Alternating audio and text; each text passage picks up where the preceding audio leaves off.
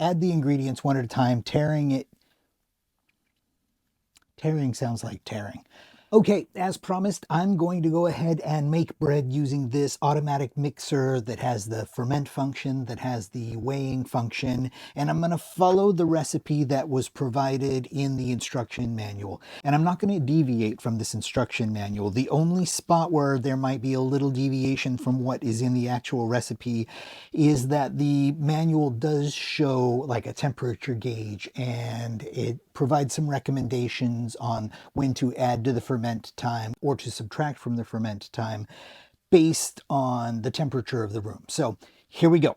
All right, so I've already heated the milk and added my yeast. The recipe calls for me to add the yeast and salt at the same time and add them to the mixing bowl. So I'm going to add them right now.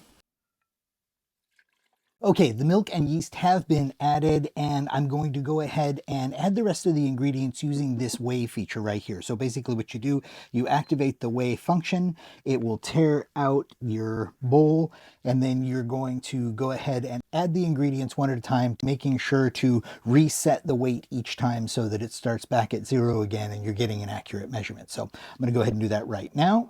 All right, first we need 250 grams of bread flour.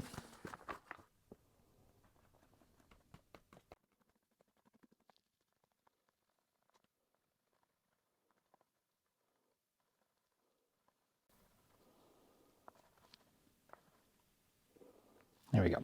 All right, I went just a touch over. Next, 15 grams of milk powder. So I reset.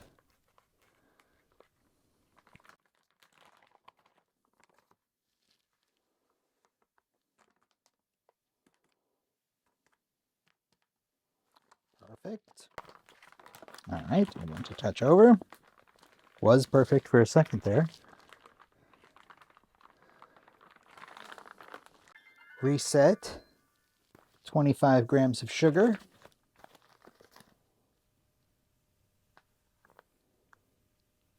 And a whole egg. And that's all the ingredients except the butter, but the butter goes in a little bit, so I'm going to go ahead and hit mix. Okay, so I've added 8 minutes to the timer, and you just press start. Oops, that wasn't in all the way. So I've noticed in some of the videos for these machines that they seem a little bit loud in the video, but they're actually relatively quiet.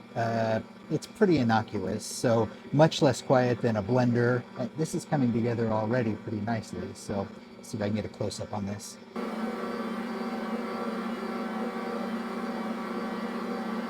Okay, I'm going to go ahead and add the butter because we do have a rough... You know, it says to use thinly sliced butter, and it was thinly sliced, but butter is gonna butter, so it's not thinly sliced anymore.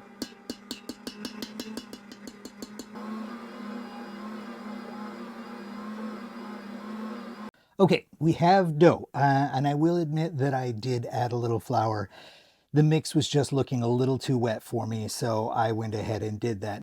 Now, after I added the butter, it did say to knead it until it became a dough ball, essentially. So I did knead it longer than 8 minutes. So it did come together. Now we're going to start the ferment function, and it does say in the instructions somewhere to try and spread it out along the bottom of the pan, because this is the plate that heats up, and the more you're sort of distributed about the pan, the more the more effective that warming can be. But I'm not going to go crazy there. So all right, I'm going to start the ferment function, putting the lid back on now, and it says to ferment, it says for about 60 minutes, so we'll see how well 60 minutes did. Okay, for our ferment function, we just click ferment, and it did say 60 minutes, so I will set the time for 60 minutes or an hour, and we'll go ahead and hit start.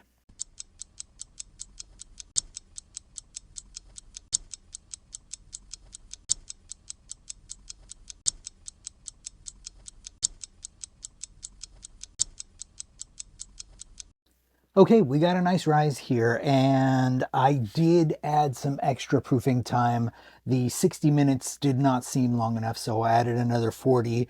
The instructions do show that it's pretty, I mean, it's not terribly warm in here. It's only 64, so the instructions showed to add some additional proofing time. So I added another 40 minutes and bringing it to a 100-minute proof total, and it's a nice, we got a nice proof here, so I'm pretty pleased with it. The instructions now say to divide it into three, roll it into balls, let it rest for 15 minutes, roll it out, fold it up, roll it up, rest for another 15. So that's what we're going to do now.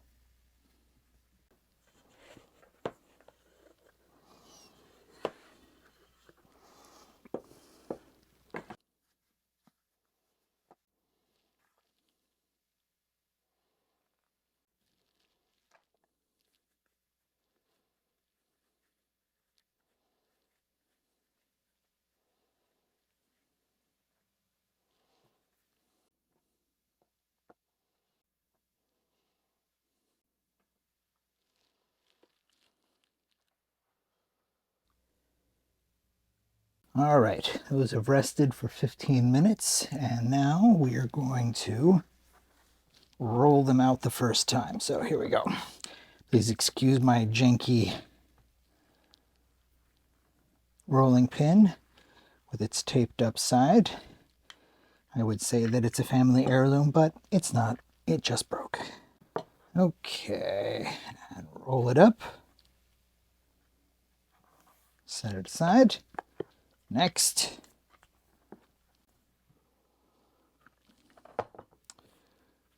Flip it over. Roll it up. Can I unroll this one and do it again? Yes, barely. Flip it over. Roll it up. Almost missed a step there. All right. Last one. Flip it over. Roll it up. Now we got three rolled up babies. We're going to cover them. 15 more minutes. Okay, that rest is done. Now we're going to roll them out, flip them, and place them in a loaf pan. Okay, so we're going to roll them out lengthwise here. Let's get these guys. And then roll them up, flip them over, and roll them up. One, flip it over, roll it up. That's two.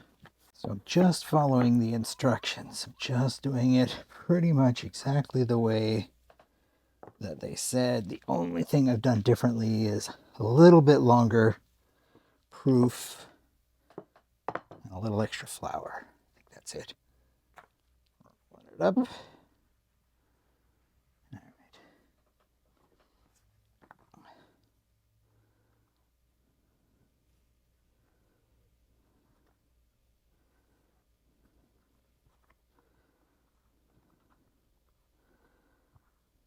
So we've got all three in the silicone loaf pan now, and we just need to cover these up and let them rise again until they fill about 80% of the loaf pan from what it says. So let's do that. Okay, it has risen, and we're going to go ahead and stick it in the oven and see how it turns out. I didn't quite rise enough to fill up the pan like I was hoping it would, but I think it's going to be fine. It's going to fill in. I hope it's going to fill in. Here we go.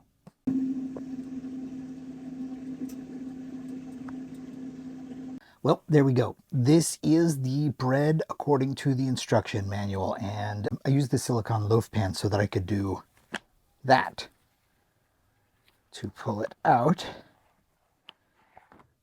And we're going to go ahead and slice a little bit of it now. I'm definitely going to need some butter.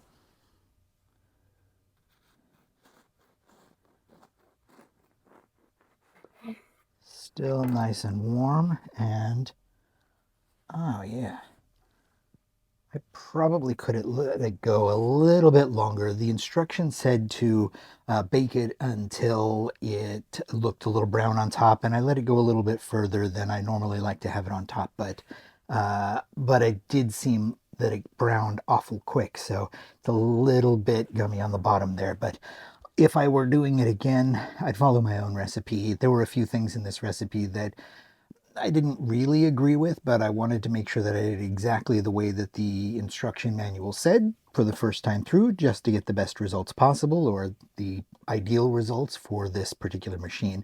So at this point, it'd be really easy to go ahead and branch out and do my own thing. And yeah, I'm pretty happy with this. I'm going to go get some butter. I hope this helps.